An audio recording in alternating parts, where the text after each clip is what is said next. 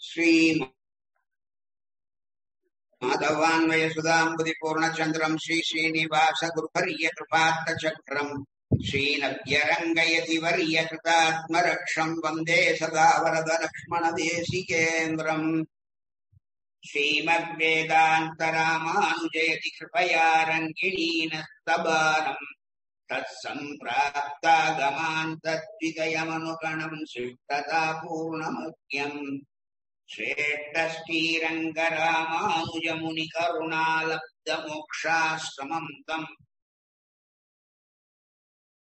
सत्त्वस्तम् श्रीवराहम् यदि वरमनघम् देशिकम् संश्रयामि वेदान्तलक्ष्मणमुनीन्द्रकृपात्तबोधम् तत्पादयुग्मसरसीरुधभृङ्गराजम् त्रय्यन्तयुग्मकृतभूरिपरिश्रमन्तम् श्रीरङ्गलक्ष्मणमुनिम् शरणम् प्रपद्ये श्रीमद्वेदान्तरामानुजमुनिकरुणालब्धवेदान्तयुग्मम् श्रीमश्रीवासयोगीश्वरगुरुपतयोरर्पितस्वात्मभारम् श्रीमश्रीरङ्गनाथाह्वयमुनिकृपया प्राप्तमोक्षाश्रमम् तम् श्रीमद्वेदान्तरामानुजमुनिमपरम् संश्रये देशिकेन्द्रम्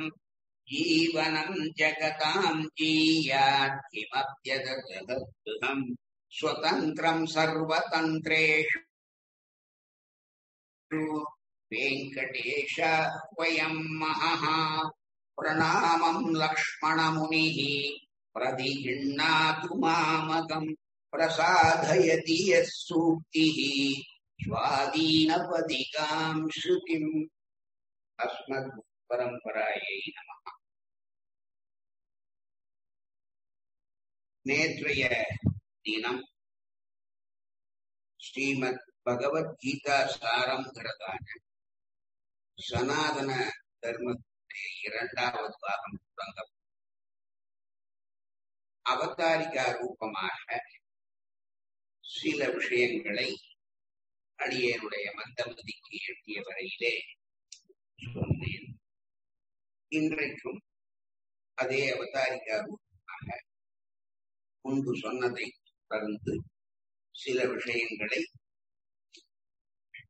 பாகவதோற்றர்களிடம் பகிர்ந்து கொள்ளலாம் என்பதாக நிலைப்பாடு.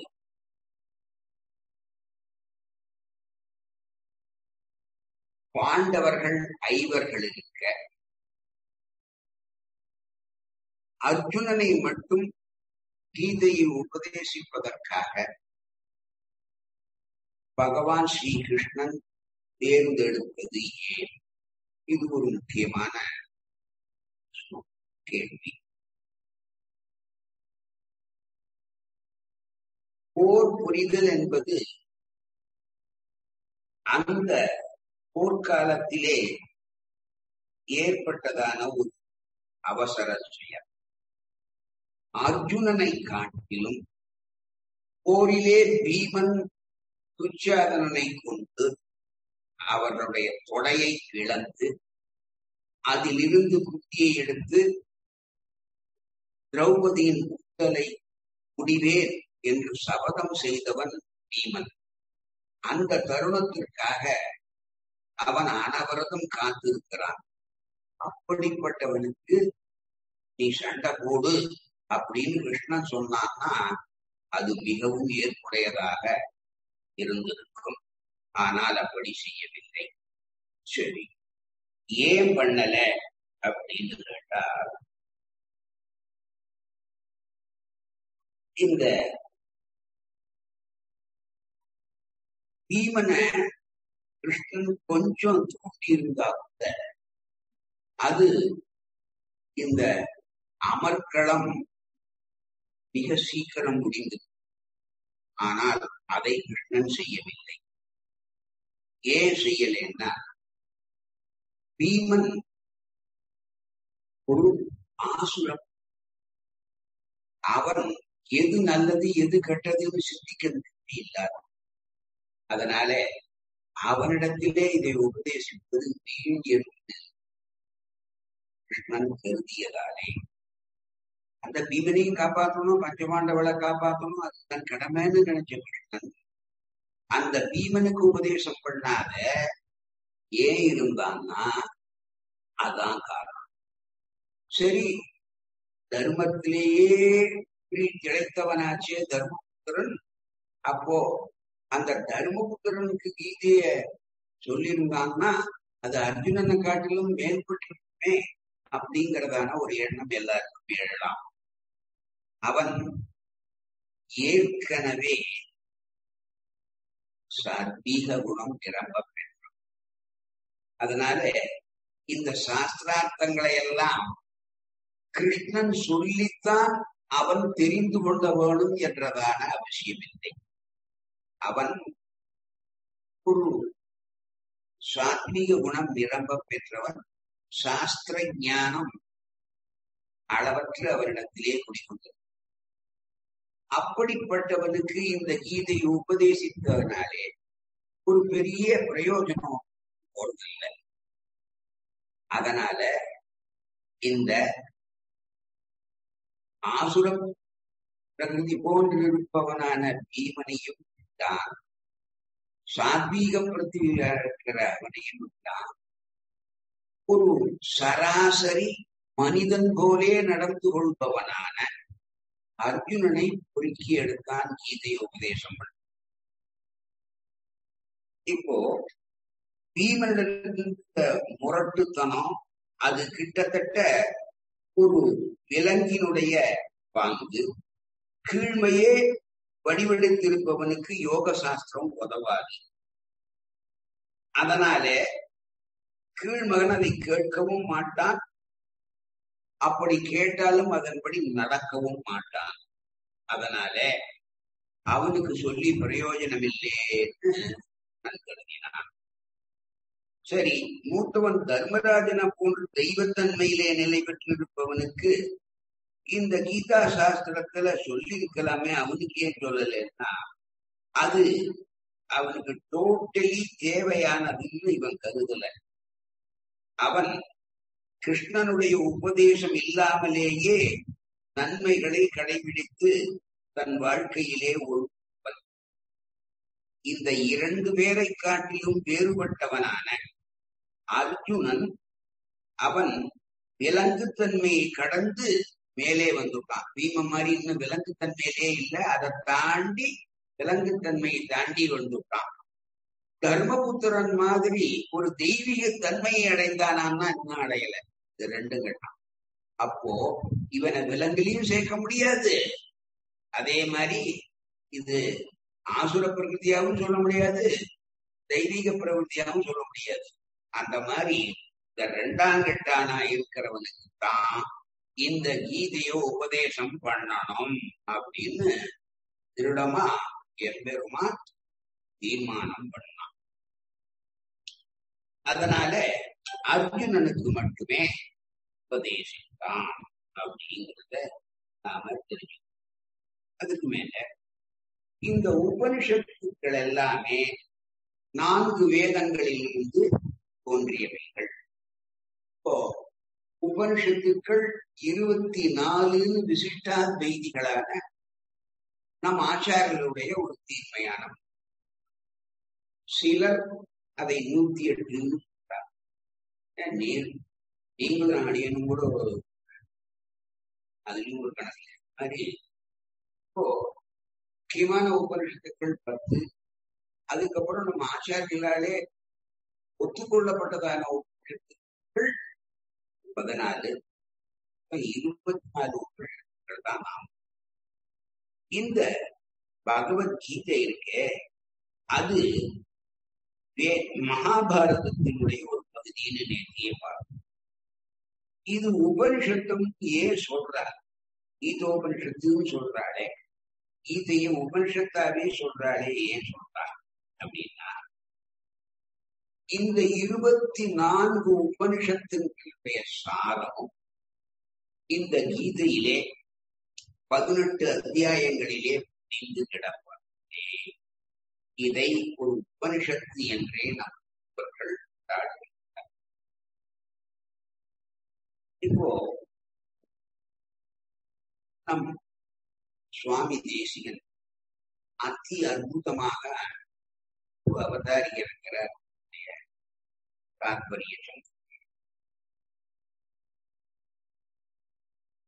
உபனிஷத்தம் அப்படிங்கிறது ஒரு பசுமாடு, நன்னா கறக்கக்கூடிய பசு அப்படின்னு. அந்த பசுவிலிருந்து கறந்த பாலானது கீதை. அந்த பாலினுடைய நிறம் என்ன? வெண்மை. சத்துவ குணத்தினுடைய நிறம் வெண்மை.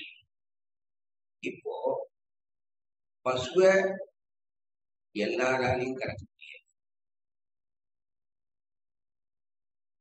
இந்த பாலில் இருந்து தயிர், வெண்ணெய், நெய் இப்படி பல பொருட்கள் கிடைக்கின்றன. அதே மாதிரிதான் இந்த கீதா சாஸ்திரம் இந்த இகலோக சௌக்கியங்களும் பரலோகமான ஸ்ரீ வைகுண்டத்திலே நாம் வாழ்வாங்கு வாழும் ஏற்புடையதான நல்ல வழிகளை காட்டி செல்லும். இப்போ போற இடத்துல எல்லாம் பசுமாட்டை முடியாது. ஆனா எங்க வேணா பால அதையும் பாதுகாப்பாவே எடுத்து. அதனால கீதையை எவன் ஒருவன் நன்னா தெரிஞ்சுகின்றானோ அவன் இந்த உபனிஷத்துக்கள் அடங்கி இருக்கிற கோட்பாடுகளை பற்றி கவலைப்படவே வேண்டிய அவசியமில்லை. எல்லாருக்கும் எளிதிலே விளங்காததான இந்த உபனிஷத்தை தன்னுடைய கீதோபதேசத்தின் மூலம் இந்த உலகத்திற்கு விளங்கும்படி செய்தவன் கண்ணன் என்பதுமான். அதற்கு ஒரு முகாந்தரமாக வியாஜமாக அமைந்தவன் அர்ஜுனன் என்றால் அது மிகையில்லை. கன்றுக்காக பசுபால் சுரக்கிறது. நாம கறந்ததை சாப்பிடணுங்கிறதுக்காக அது பால் சுரக்கும். தான் கண்ணுடி குடிக்கணுங்கிறதுக்காக பால சுரக்கும். அது நமக்கும் போஷாக்குள்ள ஒரு உணவாக பயன்படும். கீதையும் அப்படித்தான். அது அர்ஜுனனுக்காக சொல்லப்பட்டிருந்தாலும் கூட உலகத்தில் உள்ள அனைவருமே அதன்படி செய்யினால் எல்லாருக்கும் நன்மை கிடைக்கும் என்பதிலே சந்தேகமே இல்லை. இப்போ கீதையினுடைய ஸ்பெஷாலிட்டி என்னன்னா, யாராருக்கு எவ்வளவு முடியுமோ அவ்வளவு கீதையினுடைய தத்துவங்களை தன்னுடைய வாழ்க்கை முறைக்கிய வாழ்க்கலாம். அது கீழானவனுக்கும் விஷயங்களை சொல்லும், மேலானவர்களுக்கு கீழே சொல்லும், பாமரனுக்கும் சொல்லும், படிச்சவனுக்கும் படிக்காதவனுக்கும் சொல்லும், அறிவாளிக்கும் சொல்லும், அறிவிலிக்கும் சொல்லும், ஏழைக்கும் சொல்லும், பணக்காரனுக்கும் சொல்லும். இப்படி இன்னபிற எத்துணை விடங்களால நாம அந்த வேதாதிகளை கொடுப்பதாலும் அத்தனைக்கும் அவர்களுடைய வாழ்க்கை முறைக்கு அது அந்த கீதை என்பது ஒரு நல்ல வழிகாட்டும் கலங்கரை விளக்காக இருக்கிறதுலே சந்தேகமே இல்லை. இப்போ கீதை காட்டிலும் வசுந்தார சாஸ்திரம் இல்லை. பிரஸ்தான திரையம்னு சொல்றோமே, நேத்தே சொன்னேன். உபனிஷத்துக்கள், பிரம்மசூத்திரம், அதுக்கப்புறம் இந்த பகவத்கீதை. எல்லா சாஸ்திரங்களிலேயும் உலகத்துல எத்தனை மதங்கள், அத்தனை மதங்களுடைய அந்த சாஸ்திரம். இப்போ கிறிஸ்டியானிட்டி எடுத்துக்கிட்டா பைபிள், இஸ்லாத்தை எடுத்துக்கிட்டா குர்ஆன். இப்படி எந்த மதமாக இருந்தாலும் அதற்கு என்று ஒரு சாஸ்திர கிரந்தம் இருக்கும். அந்த சாஸ்திர கிரந்தம் முக்கியமா எதை வலியுறுத்தும்? அதுல பகுதி உபபத்தின்னு ஒண்ணு, அனுஷ்டானம். இதுதான் இங்கிலீஷ்ல சொல்லும் போது தியரின்னு சொல்லுவோம், அப்புறம் பிராக்டிஸ் சொல்லுவோம். உபபத்தினா தியரி, பிராக்டிஸ்னா அதை அனுஷ்டிப்பது அனுஷ்டானம். இப்போ இந்த உபபத்தியும் அனுஷ்டானம் அப்படிங்கிற ரெண்டு தான் எல்லா சாஸ்திரத்திலேயும் இரண்டு கண்களை போல இருக்கு. நம்மளுடைய பிரதிமையினாலே யுக்தியினாலே நாம் இவை செய்வது உபபத்தி. அதை நடைமுறையிலே நடத்தி காட்டுவது, செய்து காட்டுவது என்பது அனுஷ்டானம். இப்போ சாதாரண மனுஷன் ஒருத்தனுக்கு பிரம்ம ஞானம் ஒரு உபபத்தியாக போயிடலாம். அது ஒரு தியரிக்கோ பெருமாள். அப்போ அதனாலே அவனுக்கு நன்மை பயக்காது. அவன் பகவான் இருக்கான் அப்படின்னு தெரிஞ்சிட்டதுனாலேயே அவனுக்கு பெரிய நன்மை வருமானா வராது. அப்போ வாய் வேதாந்தம் பேசுறது, வாயால வேதாந்தம் செயல்ல இல்லை. பிரம்ம ஜானம்ங்கிறது வேறு, வாய்ப்பேச்சுங்கிறது வேறு. பிரம்ம ஜானம் முற்றிலும் வாழ்க்கைக்கு உரியதான ஒரு கோட்பாடு. அதனால இது எல்லாருக்குமே பொருந்தும். ஒரு கூலி வேலை செய்பவனுக்கு இந்த கீதையினுடைய உட்பொருள் தத்துவம் தெரிந்திருந்தால் அவன் அந்த கூலி வேலையும் திறம்பட செய்வான் என்று. ஒரு பயிர் தொழில் செய்பவனான விவசாயிக்கு, ஒரு கிருஷிகனுக்கு கீதா தத்துவம் தெரிந்திருந்தால் அவன் அந்த கிருஷி வேலையை திறம்பட செய்வான்.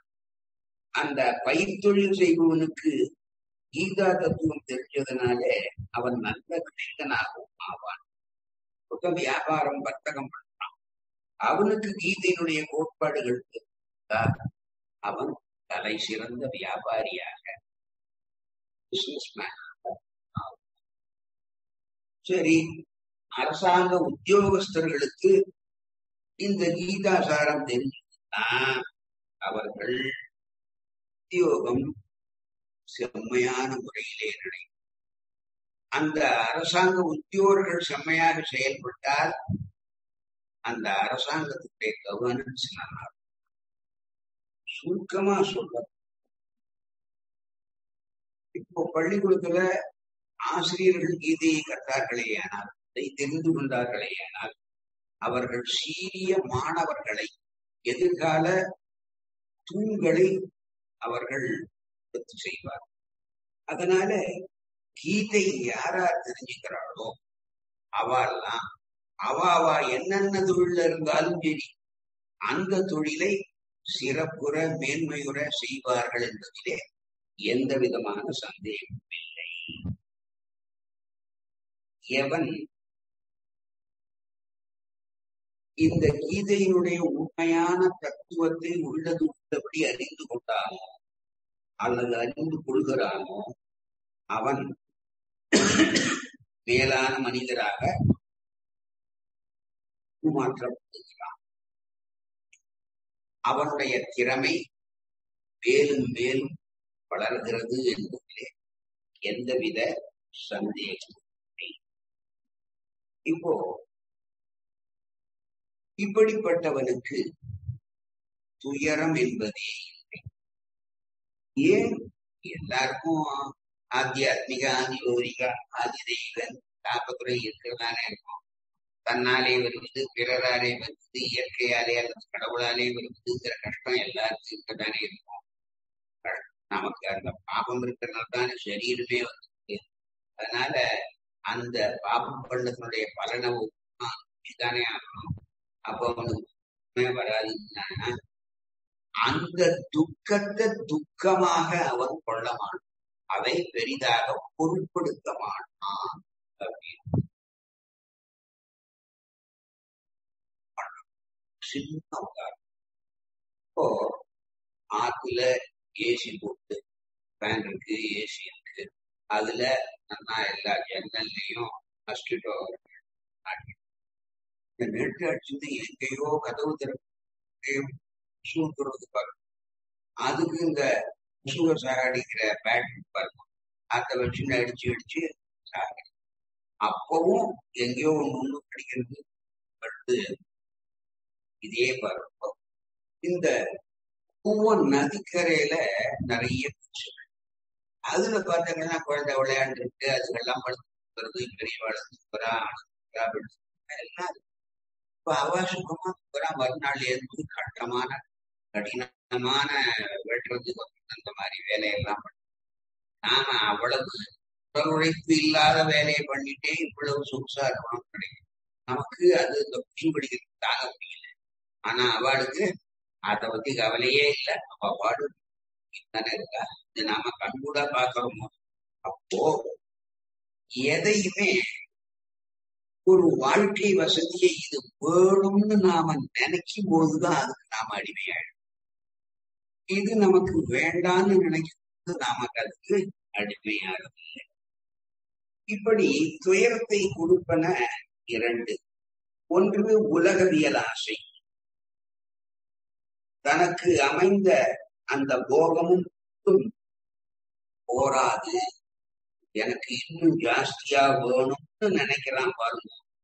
அப்பதான் துன்பத்தினுடைய முதல் படியிலே அவன் காலி. இப்படிப்பட்ட துயரத்திலிருந்து நாம் வீழ்வது என்பது அதனால அதை விட்டுட்டு இது எங்க நம்மளுக்கும் அத்தியாத்ம சாஸ்திரம் பக்கம் விஷயம் ஆத்ம ஞானம் கிடைக்காது. அப்போ நமக்கு அஜானமாகிற இருளிலே நம்மை ஆழ்த்தி. இப்ப அர்ஜுனனுக்கு வந்த துயரம் அப்படிப்பட்டதான துயரம் அல்ல. அவன் நல்ல விவேகி. எது நல்லது எது கெட்டது என்பதை அவன் நன்கு அறிவான். இருந்தாலும் அவனுக்கு ஏன் துயரம்? இந்த உலக ஆசை வேண்டாம், நாடாளும் ஆசை வேண்டாம், இந்த பீஷ்மரை கொண்டுதான் இந்த ராஜ்யம் வேணுமா, ஆச்சாரியரான துரோணரை கொண்டுதான் வேணுமா, சகோதரர்களான துரியோதனர்களை கொண்டுதான் இது வேணுமா, இந்த ராஜ்யமே நமக்கு பாண்டாமேன்னு சொன்னோம். அப்போ இந்த உலகியல் பற்றி மேலே அவருக்கு நிச்சயமா ஆசை இல்லை. அதனாலே போருக்கு பின்வாங்கினாங்கிறது நம்ம எல்லாருக்கும் தெரியும். இப்போ இரண்டாவது விதமான துயரம் இருக்கு. அது எப்படிப்பட்டது அப்படின்னா போகத்தின்பால் பட்டதல்ல. ஆனா தெளிவான சாஸ்திர ஞானம் இல்லாததுனாலே வந்த துயரம். அந்த துயரம் நாம் ஒவ்வொருவருக்கும் அடியேனுக்கு இதை கேட்டு உங்கள் அனைவருக்கும் இது இயற்கையில் நீதி. இதை யாராலும் மாற்ற முடியாது.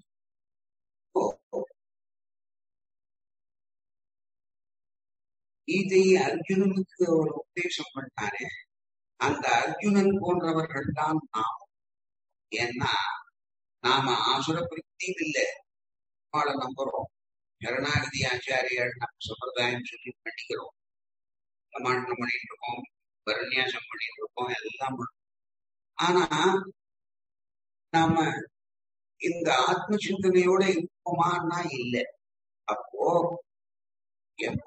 எப்படி பீமனையும் விட்டான், தருமனையும் விட்டான், அர்ஜுனனை பொறுக்கி எடுத்தான் இல்லையா கீதை சொல்லிட்டு.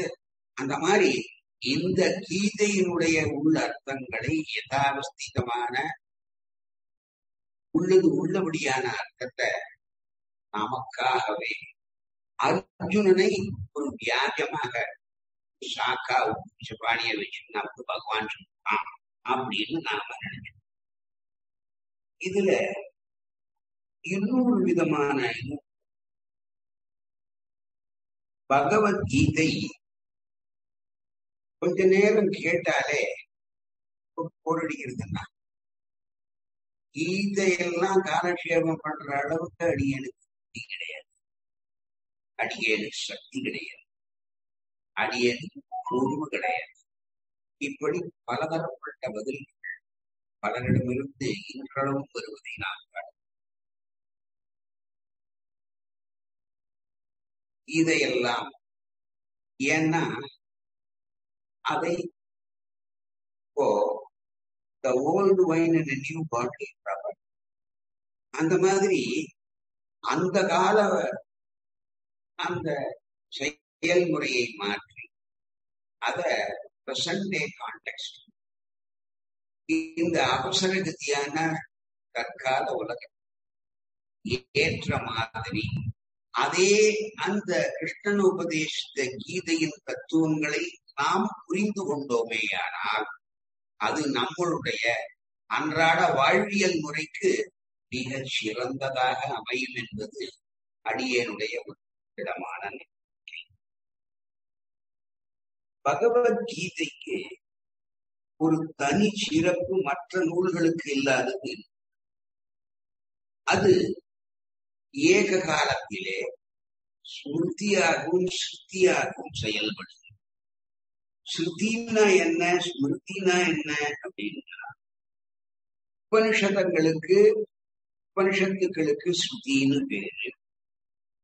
அதை உபபிரம்மணம் பண்ண வந்தது இல்லையா, விளக்க வந்தது வியாக்கியானங்கள் இருக்கே, அதுக்கு ஸ்மிருதின்னு பேரு.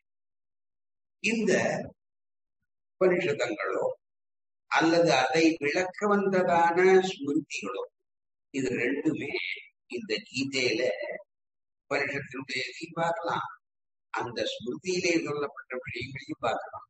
அதனாலே இது ஸ்ருதியாகவும் ஸ்மிருதியாகவும் ஏக காலத்தில ஒரே சமயத்திலே செயல்படுகிறதுன்னு சொன்னா அதிலே கிஞ்சித் மிகையில்லை. ஸ்ருதிங்கிறது என்னன்னா, ஆச்சாரியன் போதிவிக்க நாம் அதை ஓதி மனனம் பண்ண திரும்ப சொல்லி சொல்லி சொல்லி அதை மனசுக்குள்ள இருக்கு. ஸ்மிருதிங்கிறது எப்படி இல்லை, அதை நாம ஞாபகத்துல வச்சுக்கணும். அதை யாரும் அத ஞாபகத்துல வச்சுக்கணும். அது நம்மளுடைய சமூகவியல் வாழ்க்கைக்கு சம்பந்தமான கட்டுப்பாடுகள், சட்டதிட்டங்கள், இதெல்லாம் தான் அந்த ஸ்மிருதியில வரும். இப்படி நாம பராசர ஸ்மிருதி, மனுஸ்மிருதி அப்படின்னு எத்தனையோ ஸ்ருதிகள். பகவத்கீதையானது ஏக காலத்துல, அதாவது அட் த சேம் டைம் ஸ்ருதியாகவும் ஸ்மிருதியாகவும் இருக்குன்னு சொல்றோம். பரதத்துவம் எது, அகமே பரதத்துவம், நான் தாண்டா பரதத்துவம்னு கீதையில ஸ்பஷ்டமா சொல்றதுனால அது சித்தியாக ஆகிறது. அந்த பரதத்துவத்துக்கு ஏற்றவான ஒரு வாழ்க்கையை வாழ்வதுதான் சனாதனம். இந்த கீதை என்ற ஒரு கிரந்தத்தில் இருந்து சனாதன தர்மத்தை யதாவஸ்திதமாக, அதாவது உள்ளதை உள்ளவாறு உண்மை நிலையிலே ஒவ்வொருவரும் கற்றுத் தெரியலாம். இது சனாதன தர்மத்தை எப்படி காட்டுறது, ஒரு சமுதாய அமைப்பு எப்படி இருக்க வேண்டும், அந்த சமுதாயத்தை சேர்ந்த மக்களுடைய நடைமுறைகள் எப்படி இருக்கணும் அப்படின்னு ரொம்ப விசதமா விளக்கி காட்டுகிறது. இந்த சனாதன தர்மமானது யுக தர்மமாக வடிவெடுக்கும் விதத்தையும் அது நமக்கு காட்டி. இப்போ அது என்னது, யுக தர்மம்னா என்ன, யுக தர்மம்னா என்ன, சனாதன தர்மம்னா என்ன, யுக தர்மம்னா என்ன சந்தேகம். அது ஒரு உதாரணம் உள்ளது.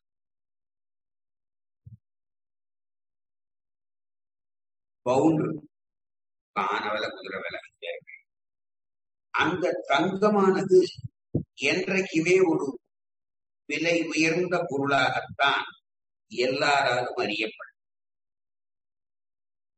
அது பொற்காசு, அது முத்திர காசுன்னு இப்படி அரசாங்கத்தும் அத செலாவணியில வச்சிருக்காங்க.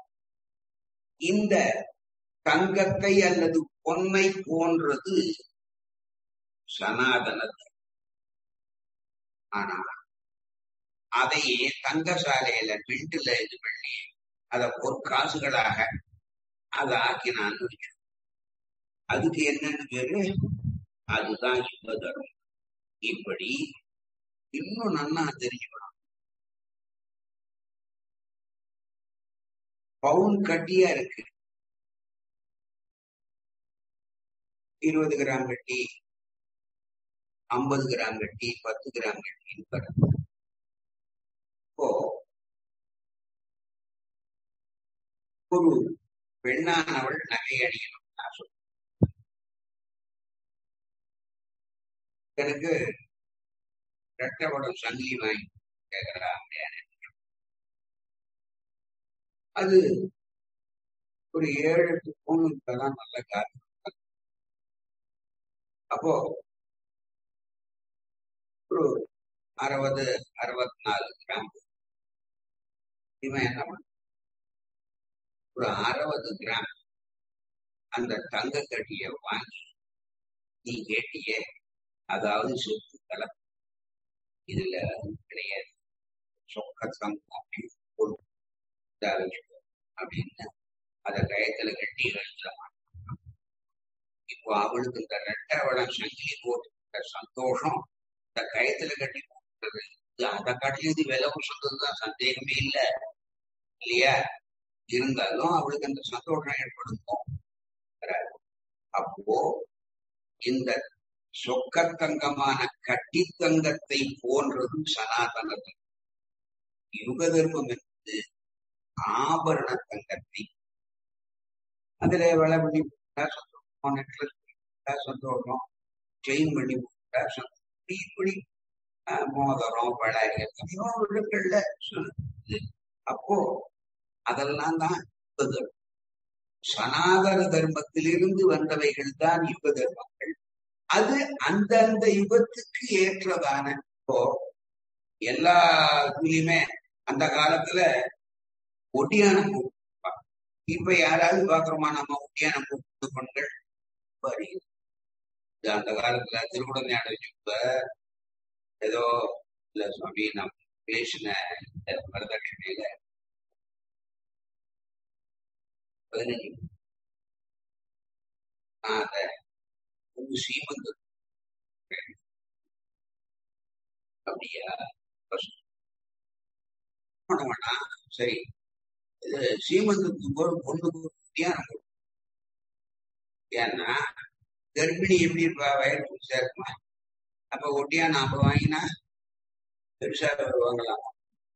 அந்த மாதிரி இது எதுக்காக இந்த உமான தடையை சொல்றேன்னா, இந்த மத ஸ்தாபகர்கள் அவ இந்த ஸ்மிருதியினுடைய கோட்பாடையும் தெரிஞ்சுக்கிறது இல்ல, ஸ்ருதியினுடைய கோட்பாடையும் தெரிஞ்சுக்கிறது இல்ல, சனாதன தர்மம் எதுன்னு தெரியாது, அதுக்கப்புறம் யுக தர்மம் எதுன்னு தெரியாது.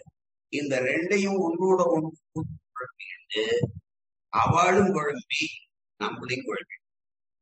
அதனால இந்த பகவத்கீதையிலே சொன்ன விஷயங்களை யாராலும் குழப்ப முடியாது.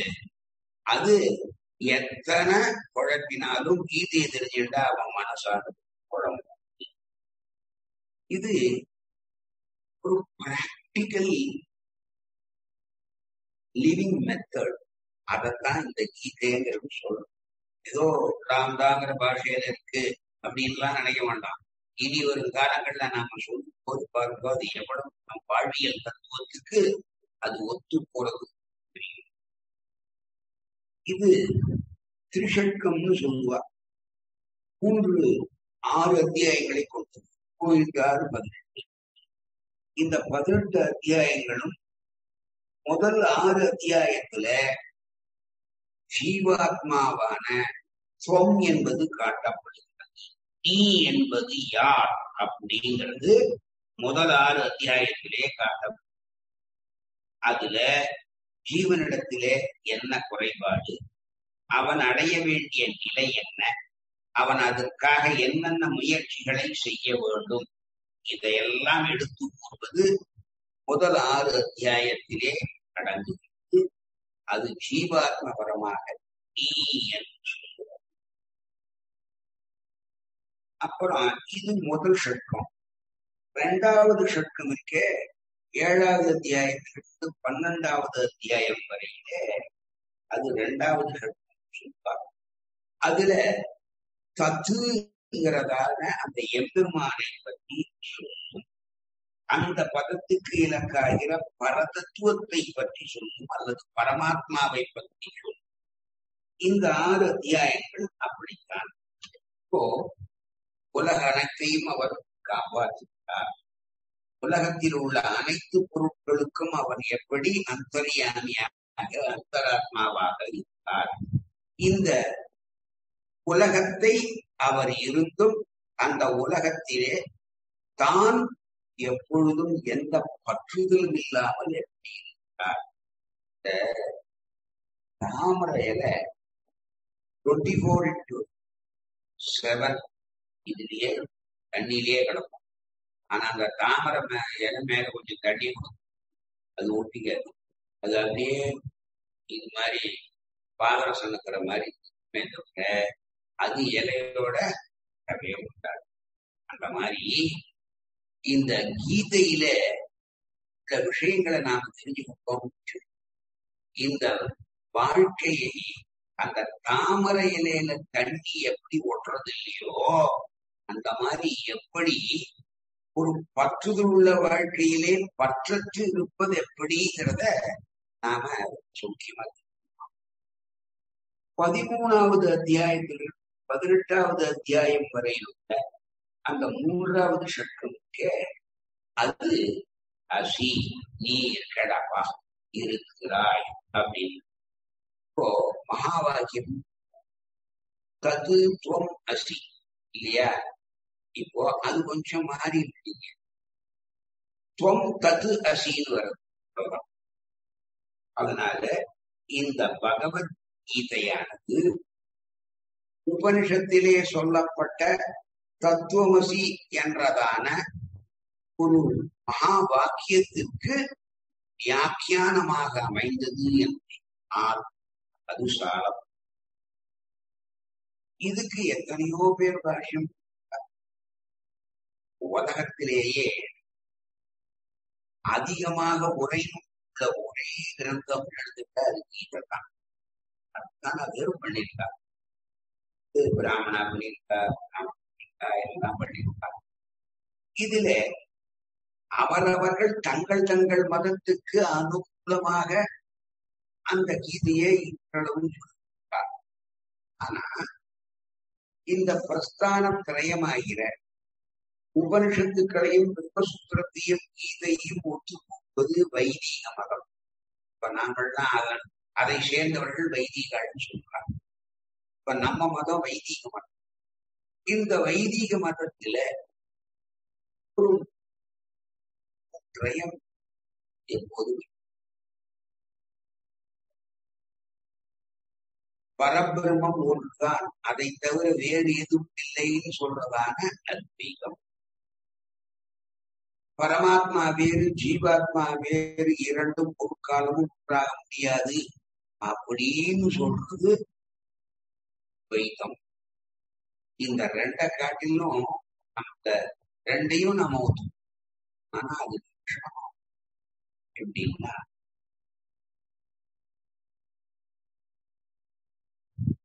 விசிஷ்டமான ஒரு கூடிய ஒரு. இப்போ ஆத்மாவும் சரீரமும் கூடி இருக்கும் போதுதான் அது செய்யும்.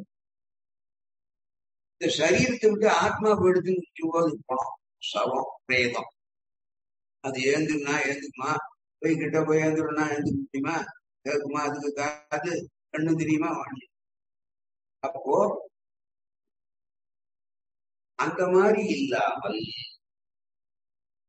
இந்த ஜீவாத்மா பரமாத்மாங்கிறது ரெண்டு. ஜீவாத்மா என்பது சரீரம், பரமாத்மா என்பது அந்த சரீரத்தில்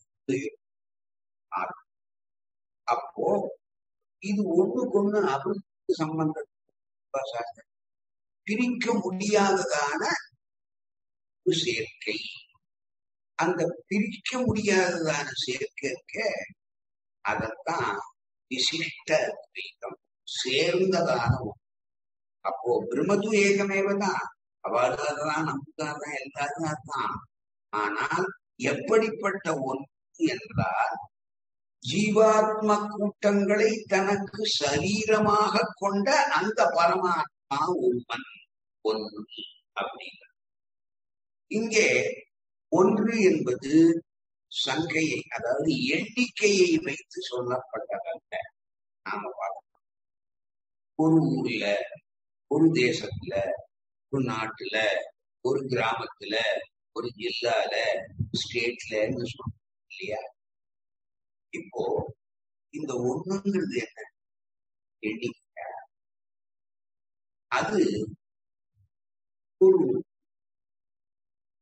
கணத்தினுடைய குறியீடாதான் நம் ஆச்சாரியர் சொல்லியிருக்காரு.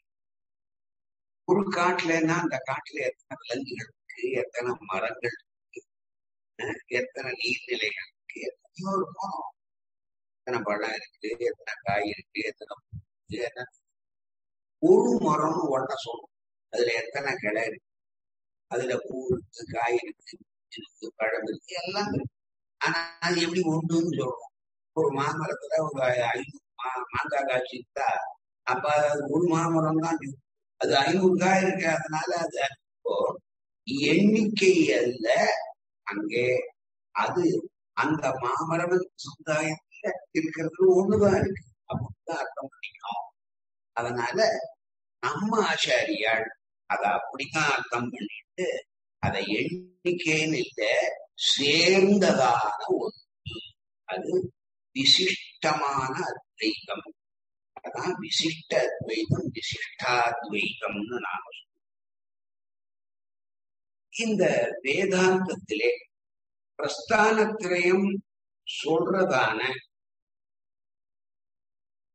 புகட்டுவதான அத்தனை கோட்பாடுகளையும் இந்த கீதையிலே நாம் காணலாம். இப்போ பிற நாடுகளிலே தோன்றியுள்ள மதங்களுக்கு, இந்தியாவிலே தோன்றிய மதங்களுக்கு நிறைய பேர். இப்போ நம்ம சனாதன தர்மம் தான் நம்மளுது. இந்த ஹிந்து மதம்ங்கிறதெல்லாம் முன்ன சொன்ன மாதிரி அது இன்னைக்கு 800-900 இயர்ஸ்க்கு முன்னால வந்த பேர். அது சாஸ்வதமான பேர் இல்லை. நம்மளுடைய வாழ்வியல் முறைக்கு சனாதன தர்மம் வே ஆஃப் லைஃப் சொல்லலாம். இதுல இந்த துவைத்தம்னா என்ன, விசிஷ்டாத்வைத்தம்னா என்ன, அத்வைத்தம்னா என்ன, இந்த 3 சாரார்களுக்குமே இந்த கீதை பொருந்துகிறது என்பதுதான் இந்த கீதையினுடைய சிறப்பு. இப்போ இது நாம சொன்னது நமக்கு நம்மளுடைய கண்களுக்கு புலப்படும் இவ்வுலகம், அதுக்கு ஜகத்துன்னு பேரு. அதிலே வாழ்ந்து கொண்டிருக்கும் உயிர்களுக்கு ஜீவாத்மான் பேரு. இந்த ஜகத்தையும் ஜீவர்களையும் தாங்கி இருக்கின்றதான ஒரு பெரிய பொருளுக்கு, பரம்பொருளுக்கு பரமாத்மான்னு பேரு அல்லது பகவான். அது அப்படிப்பட்ட அந்த பரம்பொருளானது பேரறிவும் பேராற்றலும் கொண்டது. இந்த உலகத்தை சிருஷ்டி, ரக்ஷணம், லயம் செய்ய, அதாவது சிருஷ்டி, அதுக்கப்புறம் ரக்ஷணம் காப்பாற்றல், அதுக்கப்புறம் லயம்.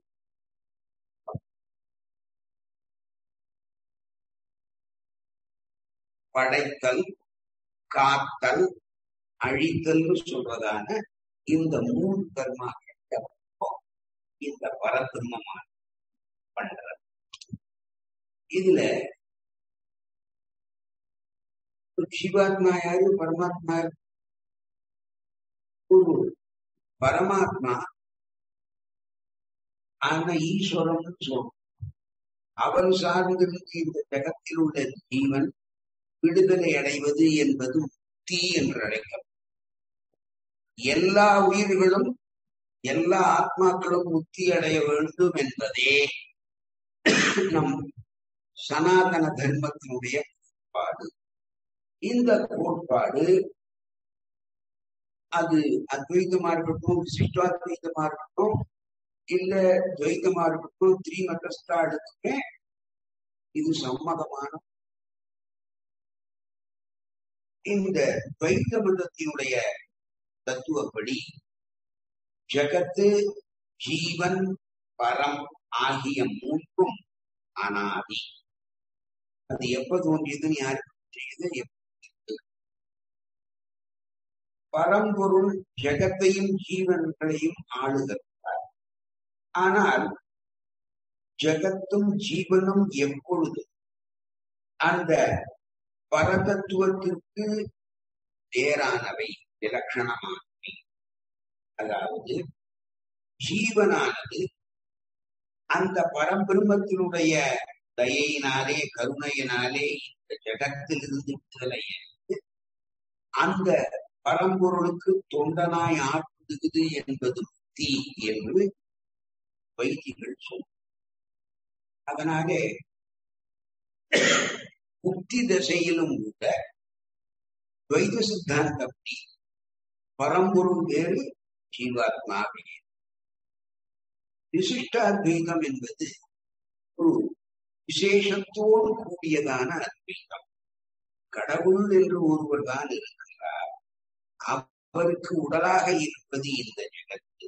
அந்த உடலிலே கணக்கற்ற உயிர் தத்துவங்களான ஜீவாத்மாக்களும் அச்சேதன தத்துவங்களான ஜடங்களும் எப்படி சூரியனிடமிருந்து கிரணங்கள் எண்ணிக்கையில் அடங்காமல் இருக்கோ வந்து சேர்கிறது, அதே மாதிரி ஜீவாத்மாக்கள் இந்த பகவானுடைய கிரணங்களாக எண்ணிக்கை அற்றவர்களாக பரமாத்மாவை பூர்ணம் அப்படின்னும் தன்னை அதிலே ஒரு அம்சம் என்றும் ஜீவன் தன்னுடைய சுகானுபவத்திலே அறிந்து கொள்வது என்பது. அதற்கு ஜீவன் பரமாத்மாவினிடத்திலே பிரபத்தி என்றதான ஒரு உபாயத்தை செய்ய வேண்டும். பிரபத்தி என்பதும் சரணாகதி என்பதும் பரண்ய பல பேர்களிலே அழைக்கும். அதனால எம்பெருமான் சரீரி, அவன் தான். அந்த எம்பெருமானை ஒழிந்த அனைத்து சேதன அச்சேதனங்களும் அவனுக்கு சரீரம். இதான் பிரதான பக்தி தந்திரம் சொல்றார். அப்போ இதுதான் விசிஷ்டாத்வைதம். இந்த அத்வைதம்ங்கிறது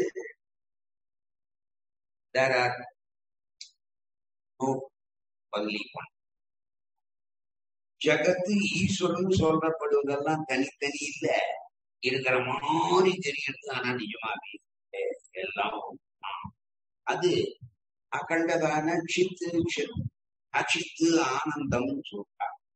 அந்த தன்னையே அந்த பரபிரமமானது ஜகத்தாகவும் ஜீவனாகவும் காட்டிக் கொள்கிறதே அன்றி உண்மையிலே இருக்கும். அத்வைதம்ங்கிறதுக்கு அர்த்தமே இரண்டு அல்ல, ஒன்றே. இப்போ ஜீவாத்மாவிடத்திலே இருக்கிற அஜ்ஞானத்தினாலே ஜகத் என்றும் ஜீவன் என்றும் வேதம் அவனுக்கு தோன்றுகிறதே, அவனே பிரம்மஞானத்தை அடைந்து விட்டானே. ஆனால் அந்த பிரம்மம் கொண்டு அதேதான் நாம் அகம் அஸ்மிங்கிறதான அவளுடையதான சித்தாந்தம். இப்போ இந்த கீதை அது அத்வைதியா இருக்கட்டும், வைத்தியா இருக்கட்டும், இஷ்டாத்வைதியா இருக்கட்டும், எல்லாருக்குமே எங்களுக்கு எங்க அளவுக்கு. ஆனா இதுல எது உண்மைன்னு தெரிஞ்சு, அதுல உலக வாழ்வியல் தத்துவத்தை சொல்லுவதுல எடுத்துட்டா ஒண்ணுதான் இருக்கு, ஒன்ன தவிர வேற எதுவுமே இல்லைன்னு சொன்னா அப்போ நாம பாக்குற எல்லாம் பிரம்மம் தான் இல்லையா? நாடும் பிரம்மம், நாடும் ஸ்திரீயும் பிரம்மம், பாம்பு கரடியும் பிரம்மம், எல்லாமே பார்க்கறது எல்லாமே பிரம்மத்துடைய இதுதான் அப்படின்னு சொன்னா, இந்த பிரம்மத்தை தவிர வேறு இல்லைன்னா பிரம்மம் சாப்பிடணுமா, பிரம்மம் இது பண்ணணுமா, இப்படிங்கிறதெல்லாம் கேள்வி இருக்கும். அப்போ அதாவது தனக்கு பதில் தெரியாததுக்கெல்லாம் அது மித்த அது மாயம் அது அப்படிதான். ஆனா சிஷ்டாத்வைதம் இல்லை. நாம சொல்ற நாம பண்ணியாகணும். Because we say everything is real. இப்போ அதெல்லாம் இல்லவே இல்லை, அது நித்திய மாயன்னு சொல்றவனுக்கு அதை ப்ரூவ் பண்ண வேண்டிய அவசியம் கிடையாது. ஆனா இது இருக்கு, இது சத்தியம்னு சொல்றவன் எங்க இருக்கு காட்டுன்னா காட்டி ஆகணும், அவன் பண்ணியாகணும். அதனால துவைதத்தை விடவும் அத்வைதத்தை விடவும் நமக்கு பொருள் ஜாஸ்தி. ஏன்னா அத்தனையும் நாம நிரூபணம் பண்ணி காமிக்கணும். அதனால இந்த விசிஷ்டாத்வைதம் என்பது அது எல்லாம் பொய், எல்லாம் பொய். இப்ப ஒண்ணு இல்லைன்னா அதை காட்டுன்னா காட்ட முடியாது, இருக்குன்னு சொல்லும் போது அதை காட்டுனா காட்டியாகும். இந்த மாதிரி நமக்கு நடைமுறை வாழ்க்கை முறையை இந்த கீதை சொல்லு. இப்போ ஜடப்பொருள்னு ஒண்ணு இருக்கு, சேதன பொருளான ஆத்மான்னு. இந்த ரெண்டுக்கும் உள்ள வித்தியாசம் என்ன? நான் இருக்கிறேன்னு நம்மளால சொல்ல முடியும், ஏன்னா நம்ம ஜீவா. இப்போ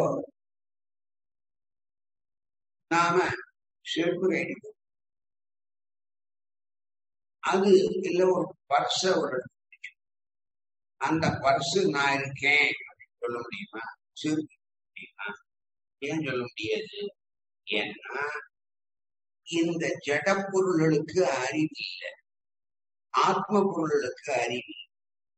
அறிவு இருக்கிறதுனால அது நான் இருக்கேன்னு சொல்றேன். அது ஜட பொருளுக்கு அறிவு இல்லைனால அது இருக்காது. இது நன்னா. இதுல நாம என்ன சொல்றோம்? நாம அறிகிற தன்மை இருக்கு இல்லையா, தன்னைத்தானே அறியும் தன்மையை காக்னிஷன் இங்கிலீஷ்ல. இந்த அறியும் காக்னிஷன்லே வேறுபாடு, ஏற்றத்தாழ்வு. அதே மாதிரி நம்மளுடைய உணர்வுக்கும் நம்மளுடைய அறிவு, நம்மளுடைய ஃபீலிங்க்கும் நம்மளுடைய நாலெட்ஜுக்கும் ஒரு நெருங்கிய தொடர்பு. இரும்பை முதல்ல இரும்பை பார்த்தா கெட்டிமா இருக்கு, அதை நன்னா உரிக்கணும்னு வச்சு அது தண்ணி மாதிரி ஆயிடும்.